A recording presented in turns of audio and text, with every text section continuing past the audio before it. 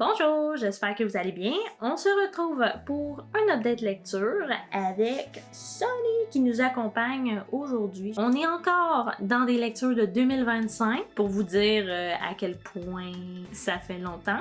Donc ça se peut que j'aille oublier certaines choses. C'est parti! Le premier livre que j'ai fini de lire le 9 décembre 2025, c'est Ce que je sais de toi. Je ne l'ai pas lu, je l'ai écouté en livre audio sur la plateforme de Radio-Canada Audio. C'était la première fois que j'essayais un livre audio. J'ai vécu une assez bonne expérience. Le narrateur était justement l'auteur, donc Éric Chacour.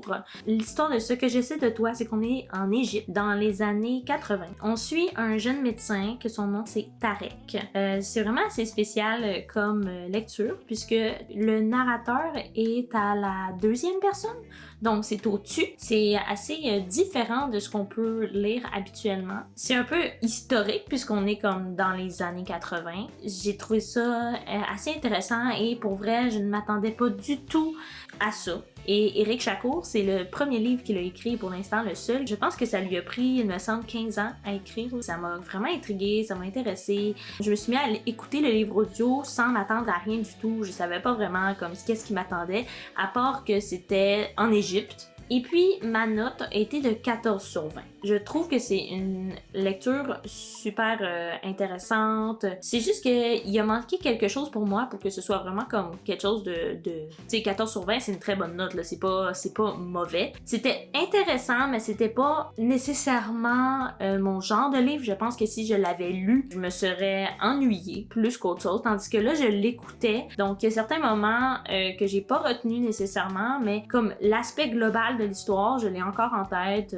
Ça m'a marqué d'une certaine manière, puis c'était inattendu de ma part. Je ne m'attendais pas à ce genre d'histoire-là. Je m'attendais pas du tout à ce genre de thème non plus. Je suis vraiment très contente de l'avoir découvert avec le livre audio parce que je pense vraiment que si je l'avais lu, j'aurais été déçue de ma lecture puisque je pense que l'écouter a été beaucoup plus immersif que de le lire. C'était une bonne lecture, je peux recommander à certains. Il y a certains sujets quand même assez sensibles. C'est pas un livre super joyeux non plus, je dirais, mais c'était quand même intéressant. Par la suite, j'étais un peu dans une phase livre audio. J'ai écouté le livre audio de Prendre son souffle. Quand je l'ai vu sur la plateforme de Radio-Canada, je me suis dit, ok, je vais l'écouter. C'est comme 3h30, alors c'était assez court.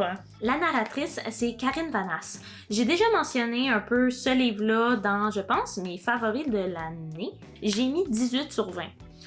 Mon expérience d'écoute, j'ai trouvé le livre vraiment très touchant. À moi-même, je dirais bouleversée. Je l'ai écouté pendant que je travaillais. Ça m'a créé un petit moton dans la gorge, comme quoi j'aurais pu avoir plus d'émotions que ce que j'ai eu. Là. J'aurais pu pleurer même. Je m'attendais pas du tout à ça. À vrai dire, encore une fois, je m'attendais pas à ça du tout. Et je suis sûre qu'à la lecture aussi, ça doit être pertinent, ça doit être bien. C'est sûr que mon expérience avec Karine Vanasse qui lit l'histoire, pour vrai, c'était génial. Son jeu de lecture, son jeu d'acteur, c'était comme si c'était la fille de l'histoire qui nous racontait. Je l'ai complété en une journée. Ça a comme bouleversé la fin de ma journée là, de travail.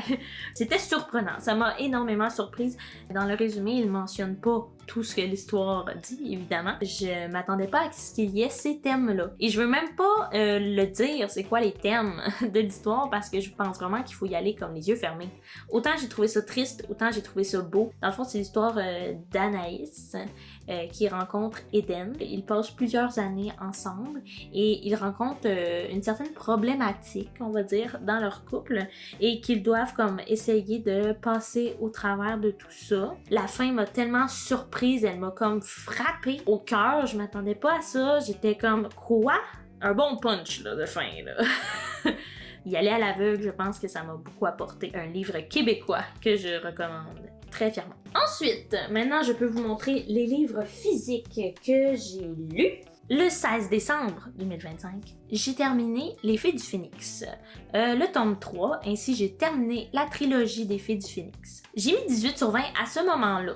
Je veux pas comme vous faire un résumé de ce livre-là parce que sinon ça vous spoil complètement toute la saga, mais dans le fond, Les Fées du Phénix, c'est une histoire par rapport à deux fées, Toliko et Satria, qui sont deux fées différentes des autres fées de leur clan. Ça, c'est le tome 1, là, vraiment, c'est le tome 1. Elles sont différentes et il se passe certains événements et elles apprennent à se connaître à travers de ces événements-là. Et c'est rempli comme d'aventures, de rencontres. Donc, encore une fois, je recommande, si vous aimez la fantaisie, que vous cherchez comme des livres québécois. Si vous trouvez ça, allez-y. Ensuite, j'ai enfin terminé La vie compliquée de Léa Lévy. Le 18e tome qui est le dernier, comme indique le titre juste ici, c'est le dernier tome. C'est une saga de livres jeunesse que je lis depuis que j'ai 11, 12 ans, peut-être 10 ans, il y a 3 ans environ. L'autrice a terminé la saga. Et j'ai jamais comme vraiment terminé parce que je pense que je sais pas, soit ça m'intéressait pas parce que aujourd'hui, étant adulte, ce n'est plus nécessairement une lecture coup de cœur, soit j'avais peur de le terminer. Bon, juste pour vous dire, La vie compliquée de Léa Lévy, je ne mets pas de notes dessus puisque ça fait comme des années que je suis sur cette saga-là et à l'époque, je mettais pas de notes. Donc aujourd'hui, je ne mets pas de notes non plus. Sachez que j'ai quand même été déçue de la fin. Dans le fond, dans ce tome-ci, on se retrouve 2 ans et demi plus tard par rapport au dernier tome, donc le tome 17. Il s'est passé des choses dans ces 2 ans et demi-là. J'aurais voulu que la fin soit autrement.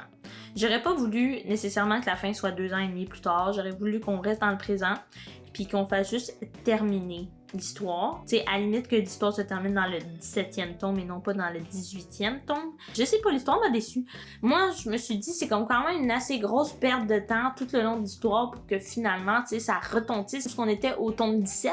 Tu sais, c'est comme un tome en plus que j'ai trouvé un peu qui servait à rien. Tant qu'à faire, finis au 17e tome puis change ta fin, tu sais, pour que ça fasse vraiment comme une fin.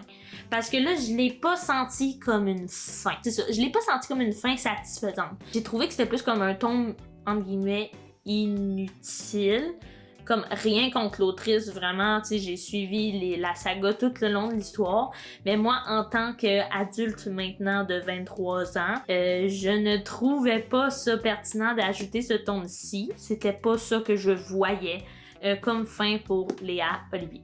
Ensuite, j'ai lu le tome 2 de Throne of Glass, donc La couronne de minuit. J'ai beaucoup apprécié. J'ai encore mis 19 sur 20 pour ce tome-ci. Beaucoup apprécié. On a appris beaucoup plus de choses. On a redécouvert sur le monde. Le prochain tome que je veux lire, c'est le préquel. Cette année, je pense que je vais beaucoup avancer cette saga-là parce que c'est vraiment une saga que j'aime beaucoup et j'ai souvent envie de la lire. En plus, avec l'annonce de Sarah J. Maas qui va sortir 2 tomes d'Akotar d'ici la fin de l'année et le début de l'année prochaine, j'ai vraiment envie d'avancer cette saga-là. Pour ce livre-là, encore une fois, j'ai beaucoup aimé l'action, j'ai aimé les découvertes. Tristement, je me suis un peu fait spoiler par les réseaux sociaux parce que sur TikTok, on en parle. Sur TikTok, il y a beaucoup de trucs par rapport à Throne of Glass et un personnage que je n'avais encore jamais entendu parler, que j'étais comme, c'est qui ce personnage? C'était une déduction par rapport à ce que j'ai vu sur TikTok. En plus, là, il se passe des choses là-dedans, là. Des choses qu'on s'attend pas nécessairement. J'aime toujours autant Celaena, pour vrai, autant badass qu'avant. Il y a certaines personnes qui ne l'aiment pas, qui la trouvent comme sans cœur et tout, je sais pas. Mais moi, je sais pas, moi, je l'aime. J'aime beaucoup comme son caractère.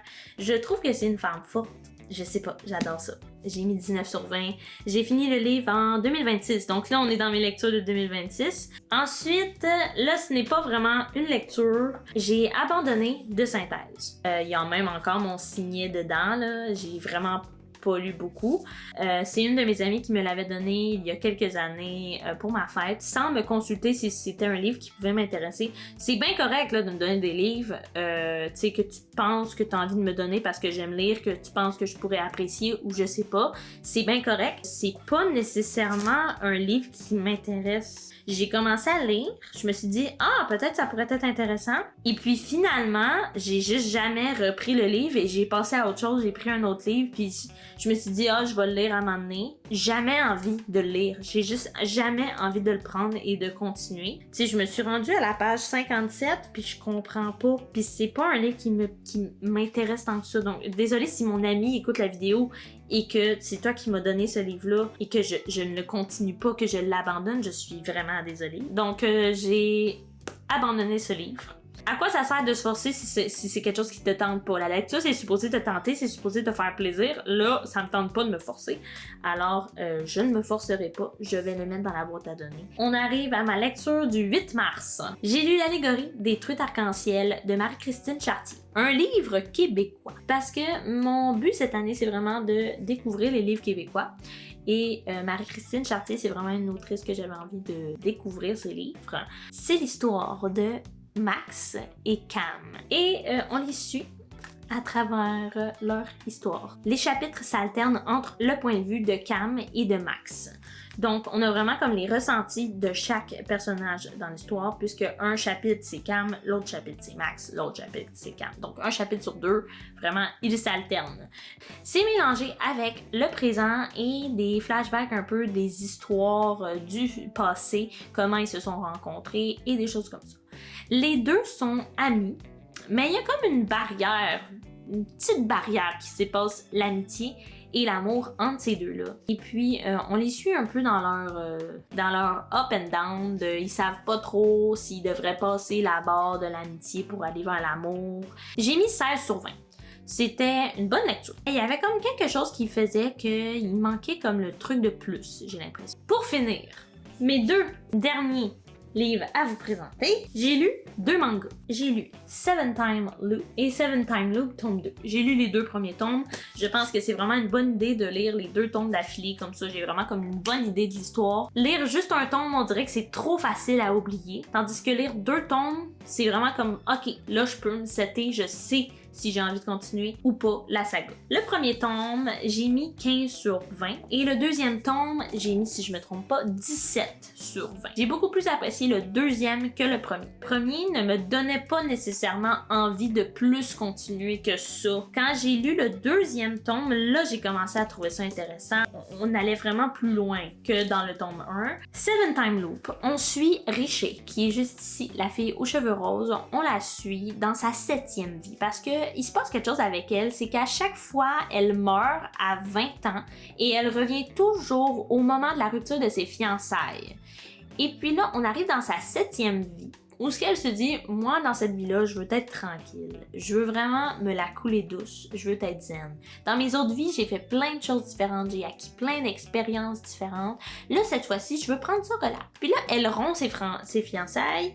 Et puis, finalement, elle se fait demander en mariage par lui ici, qui est un prince héritier, que son nom est Arnold. Et comme quoi? Pourquoi je me fais demander en mariage par lui? Parce que ce qu'il faut savoir, c'est que dans sa 6e vie, à la fin de sa vie précédente, c'est lui qui l'a tué. Et donc là, elle se pose bien des questions. Elle se dit qu'elle est en danger même, et elle se protège quand même assez. Mais il est complètement différent que dans la vie précédente où elle était, au moment de sa mort. Et on la suit là-dedans. Donc, ce premier tome, c'est pas mal une introduction à tout ça. Et dans le deuxième tome, elle est beaucoup dans la recherche d'informations. Si tous les tomes sont comme le tome 2, vraiment, c'était plus intéressant que le tome 1. C'était les derniers livres que je voulais vous présenter. C'est ce qui met fin à l'update lecture. N'hésitez pas à mettre un commentaire pour me dire si je vous ai donné envie de lire certains livres, ce que vous en avez pensé si vous les avez lus. Et puis, n'hésitez pas à mettre un like aussi si vous avez aimé la vidéo. Et puis moi, je vous souhaite une bonne journée, une bonne soirée, peu importe quand vous regardez ça. Et on se dit à bientôt!